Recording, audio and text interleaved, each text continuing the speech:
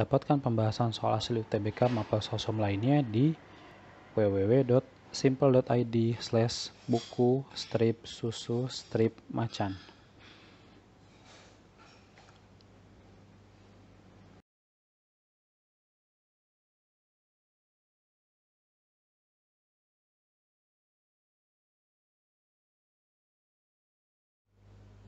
Penerapan prinsip interrelasi dalam memahami fenomena kerusakan lingkungan berupa A. Sebaran pencemaran air tanah di kawasan perkotaan, B. Illegal logging oleh masyarakat pada kawasan taman nasional, C. Konversi lahan memicu penurunan daya dukung lingkungan, D. Pemanfaatan kawasan perbukitan berlereng terjal untuk pertanian, atau E. Jenis sumber pencemar air sungai di kawasan hulu, tengah, dan hilir. Kita perlu ingat bahwa prinsip geografi ada 4, yaitu distribusi atau persebaran, interrelasi atau keterkaitan, deskripsi atau penjelasan, dan yang terakhir adalah korologi, gabungan dari semua prinsip. Prinsip interrelasi mengkaji keterkaitan atau hubungan yang terdapat pada fenomena geosfer. Dari pilihan jawaban di atas, kita dapat memilih C. Konversi lahan memicu penurunan daya dukung lingkungan. Kata memicu merupakan salah satu kata kunci dalam prinsip interrelasi. Memicu, menyebabkan, mengakibatkan, itu bermakna sama. Jadi kita pilih yang C. Konversi lahan memicu penurunan daya dukung lingkungan.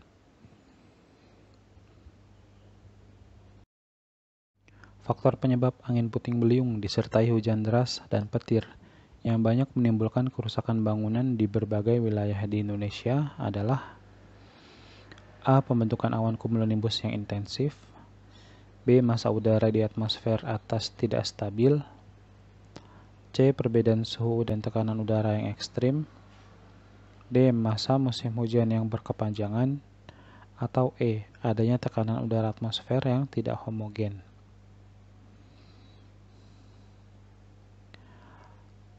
Pada prinsipnya, semua angin adalah udara yang bergerak akibat perbedaan tekanan udara.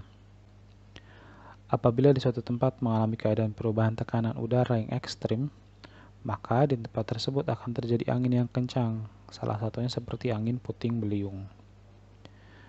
Maka di sini kita pilih yang C, perbedaan suhu dan tekanan udara yang ekstrim.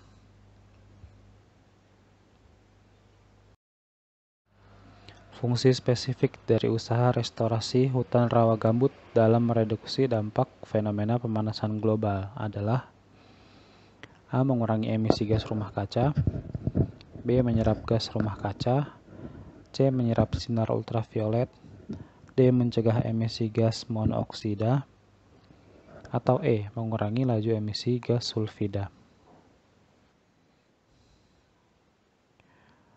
Salah satu fungsi hutan rawa gambut adalah menyerap karbon dalam jumlah yang besar. Karbon merupakan salah satu zat yang termasuk pencemar dan tergolong gas rumah kaca yang dapat memperparah pemanasan global. Maka di sini kita pilih yang B, menyerap gas rumah kaca yang di sini berupa karbon.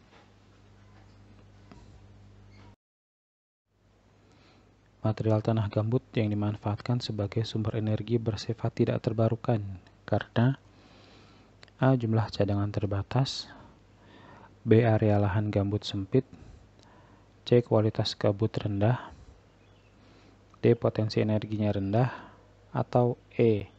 Pembentukan atau waktu pembentukannya lama.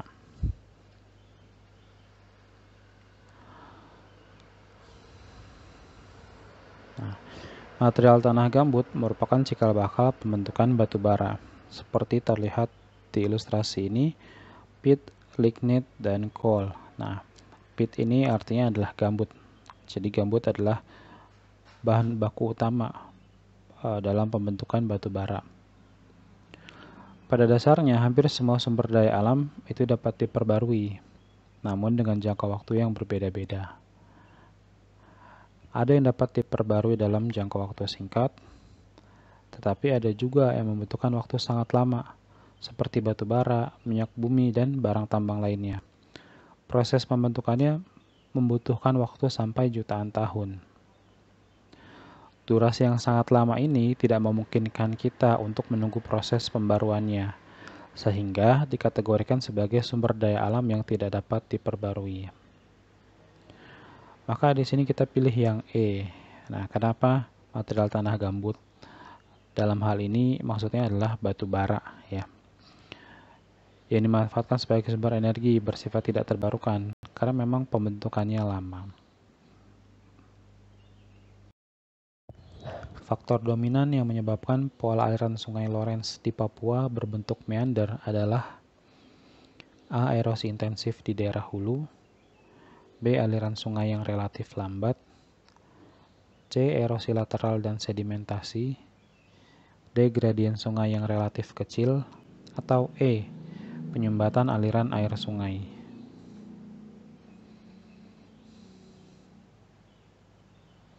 Meander merupakan sungai yang berkelok-kelok akibat erosi yang tidak lagi seintensif di bagian hulu, dan sedimentasi yang mulai terjadi. Bentukan meander merupakan salah satu karakteristik yang dapat dijumpai pada daerah aliran sungai bagian tengah. Ciri sungai bagian tengah diantaranya adalah arus yang melambat dibandingkan dengan bagian hulu karena topografi yang semakin landai atau datar. Kemudian terjadinya pengikisan dinding sungai atau erosi lateral. Berikutnya, mulai dijumpai sedimentasi atau pengendapan. Kemudian, di bagian tengah juga dapat ditemukan meander dan oxbow lake. Maka di sini kita pilih yang C, erosi lateral dan sedimentasi. Bentuk aktivitas Gunung Merapi di Yogyakarta yang sering menimbulkan korban jiwa dan kerusakan lahan yang masif adalah A. Bom dan lapili. Bom dan lapili ini adalah material yang padat, ya. Bom ini yang besar, lapili ini yang kecil. Kemudian yang B, aliran lahar dingin. C, luncuran awan panas. D, aliran lava panas. Atau E, aliran piroklastik. Material erupsi yang paling luas jangkauannya adalah awan panas, yang sering dijuluki sebagai wedus gembel. Suhu yang panas dan jangkauannya yang luas membuat sering memakan korban banyak. Nah, dan juga kerusakan lahan yang besar. Maka kita pilih yang C, luncuran awan panas. Nah, bukan berarti pilihan jawaban yang lain tidak menimbulkan korban jiwa, ya. Nah, tapi di sini pertanyaannya yang paling sering menimbulkan korban jiwa dan kerusakan yang besar terhadap lahan. Nah, yang masif. Maka kita pilih yang jangkauannya dia paling besar atau paling luas. Maka pilihannya adalah wedus gembel atau awan panas. Nah, yang mana suhunya bahkan bisa sampai ratusan derajat Celcius.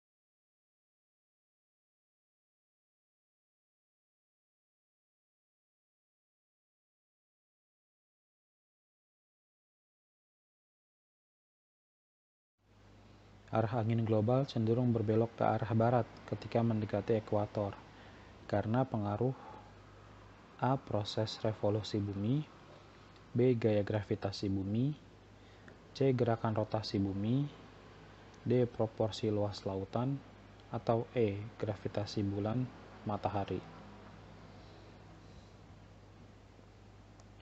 Pembelokan arah angin merupakan salah satu dampak dari gerakan rotasi bumi.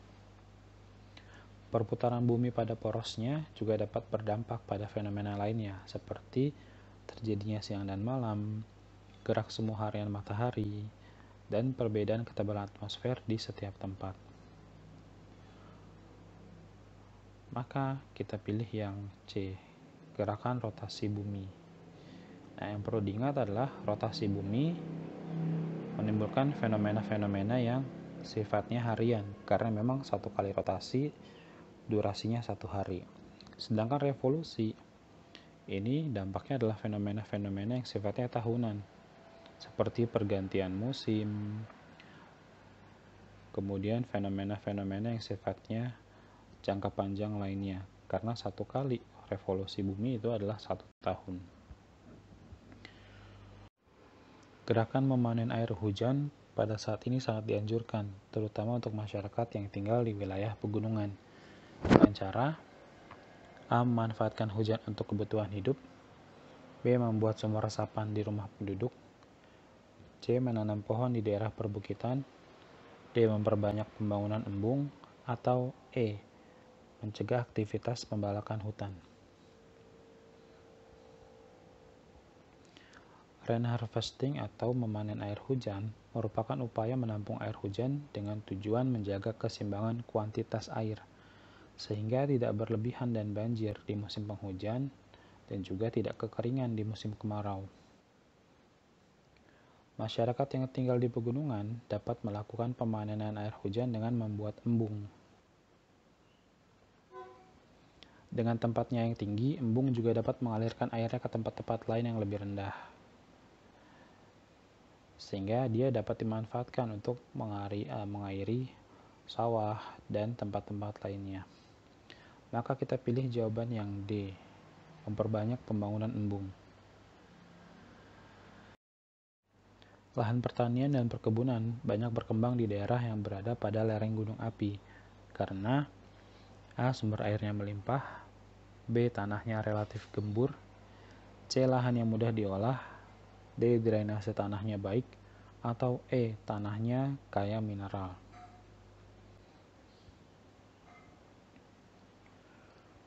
Area sekitar gunung api terkenal memiliki lahan yang subur karena adanya unsur hara dan berbagai mineral yang berasal dari material vulkanis. Kondisi ini membuatnya cocok dimanfaatkan sebagai lahan pertanian dan perkebunan. Maka jawabannya yang E, tanahnya kaya mineral. Nah, maksud dari mineral di sini adalah termasuk unsur hara dan zat-zat kimia lain yang menjadi makanan tumbuhan yang terkandung dalam tanah. Faktor yang membentuk habitat bioma tundra dengan karakteristik vegetasi regional yang khas adalah A. Suhu harian rendah, B. Curah hujan sedang, C. Suhu ekstrim rendah, D. Curah hujan fluktuatif, atau E. Tekanan udara rendah. Tundra merupakan bioma yang tumbuh di daerah yang sangat dingin. Karena suhunya yang terlalu rendah, maka bioma tundra tidak terdapat banyak pepohonan. Vegetasi yang mungkin ditemukan di tundra biasanya hanya berupa lumut dan pohon-pohon kecil. Maka kita pilih yang C, suhu ekstrim rendah. Nah, tundra itu identik dengan tempat yang sangat dingin.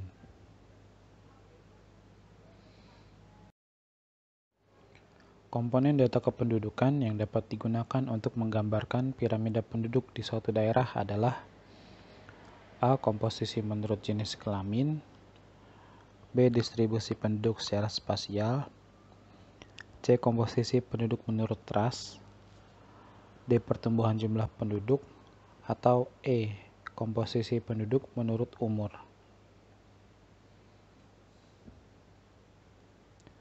Piramida penduduk merupakan grafik yang menggambarkan komposisi penduduk berdasarkan umur dan jenis kelamin.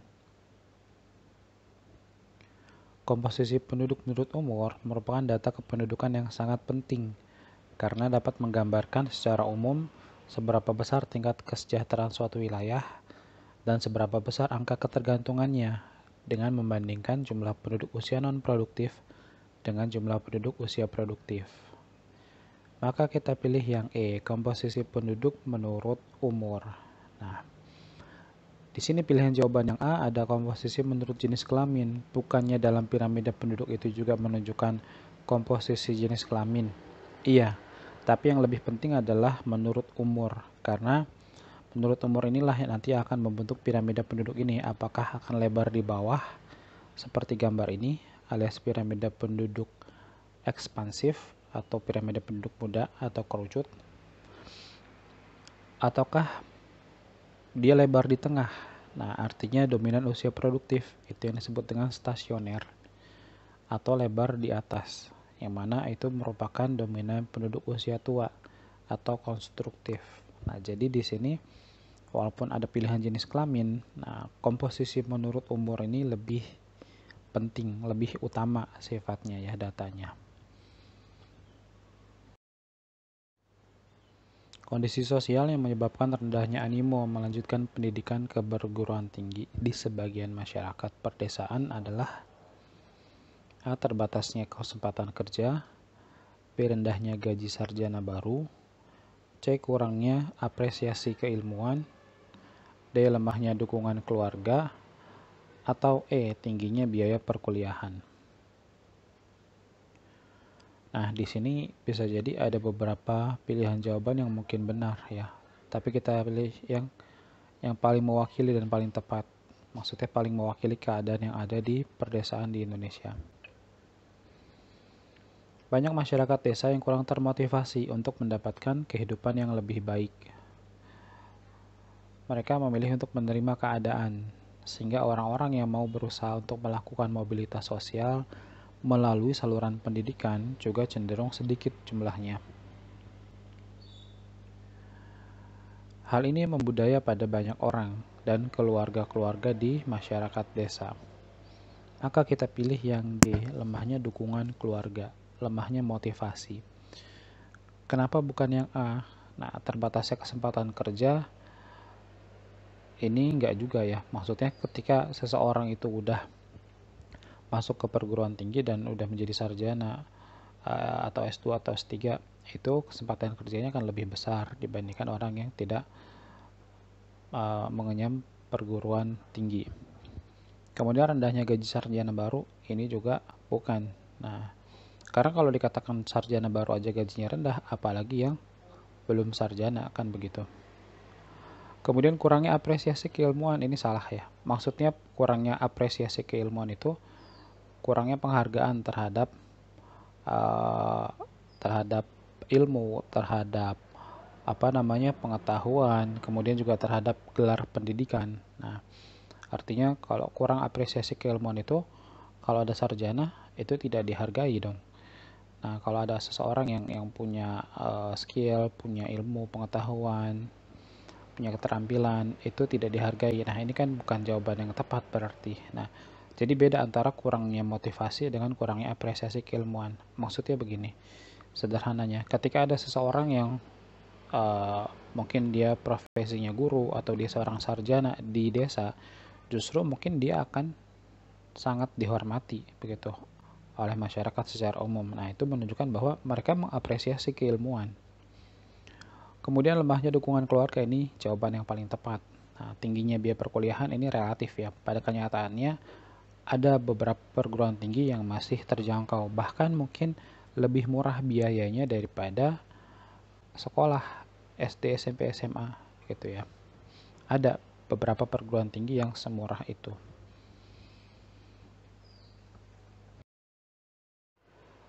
Tujuan utama penetapan kawasan cagar alam dengan batas-batas wilayah yang spesifik di Indonesia sebagai negara di kawasan tropika adalah A. Mengembangkan wisata, B. Membiarkan fauna, C. Melestarikan flora, D. Melindungi fauna, atau E. Melestarikan ekosistem. Nah, di sini bisa jadi semua pilihan jawaban benar, tapi kita pilih yang paling tepat. Nah, makanya juga pertanyaannya tujuan utama. Yang paling prioritas yang mana? Yang paling lengkap, yang paling tepat. Cagar alam merupakan salah satu bentuk dari upaya konservasi lingkungan yang bertujuan melestarikan flora dan fauna. Jadi dua-duanya ya, tidak kita pilih salah satu apakah cuma flora aja atau fauna aja. Nah, serta unsur-unsur pembentuk lingkungan lainnya. Artinya termasuk juga unsur-unsur lingkungan yang biotik maupun yang abiotik. Nah, maka kita pilih yang E, melestarikan ekosistem.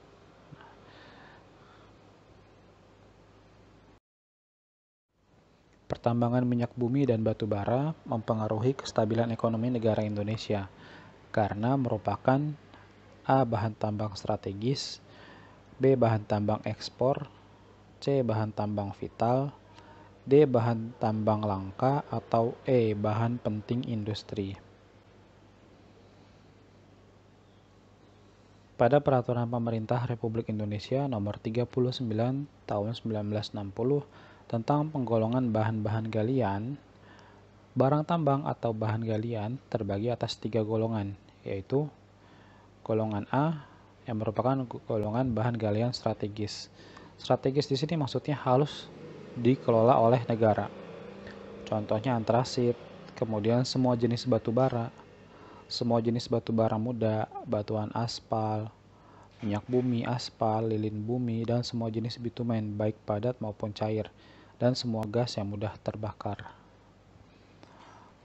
Kemudian golongan B, ini yang dikategorikan sebagai golongan bahan galian yang vital. Maksudnya dia berkaitan dengan hajat hidup orang banyak, seperti emas. Kita tahu emas ini bukan hanya sebagai perhiasan, tapi juga yang menentukan nilai mata uang suatu negara. Semakin banyak cadangan emas suatu negara, maka nilai mata uangnya akan semakin kuat. Kemudian perak, barium, berilium, magnesium, titan, zirkon, dan banyak logam lainnya, ini termasuk golongan B. Dan yang terakhir golongan C, golongan bahan galian industri dan bahan bangunan. Yang termasuk di dalamnya adalah semua yang tidak tergolong A ataupun B. Batu kapur, gips, tanah liat, pasir kuarsa, kaolin, batu tulis, marmer, batu apung. Nah, jadi pada umumnya ini adalah bahan-bahan yang biasa digunakan untuk bahan bangunan atau bahan galian industri. Nah, karena tadi yang ditanya adalah minyak bumi dan batu bara, mereka termasuk ke dalam golongan A, bahan tambang yang strategis. Pengelolaannya harus dipegang atau dikendalikan oleh pemerintah. Faktor utama yang menyebabkan kawasan Jabodetabek dikategorikan sebagai megapolitan Indonesia adalah A. Total penduduk lebih dari 10 juta jiwa, B. Infrastruktur sarana prasarana lengkap, C. Tingkat kemajuan wilayah homogen, yang D. Luas wilayah perkotaan sangat besar, atau E. Tingkat kepadatan penduduk tinggi. Dilihat dari jumlah penduduknya, kota memiliki 5 klasifikasi. Yang pertama, kota kecil dengan jumlah penduduk 20.000 sampai 50.000 jiwa. Berikutnya kota sedang, jumlah penduduknya 50.000 sampai 100.000 jiwa. Selanjutnya ada kota besar yang memiliki jumlah penduduk 100.000 sampai 1 juta jiwa. Yang keempat ada kota metropolitan, dengan jumlah penduduk 1 sampai 5 juta jiwa, dan megapolitan, yang jumlah penduduknya lebih dari 5 juta jiwa. Jadi Jabodetabek ini jelas jumlah penduduknya lebih dari 10 juta jiwa. Maka dia termasuk juga ke dalam megapolitan, karena megapolitan lebih dari 5 juta jiwa. Jawabannya yang A.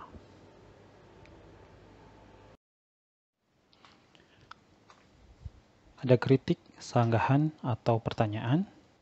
Silakan sampaikan di kolom komentar. Terima kasih.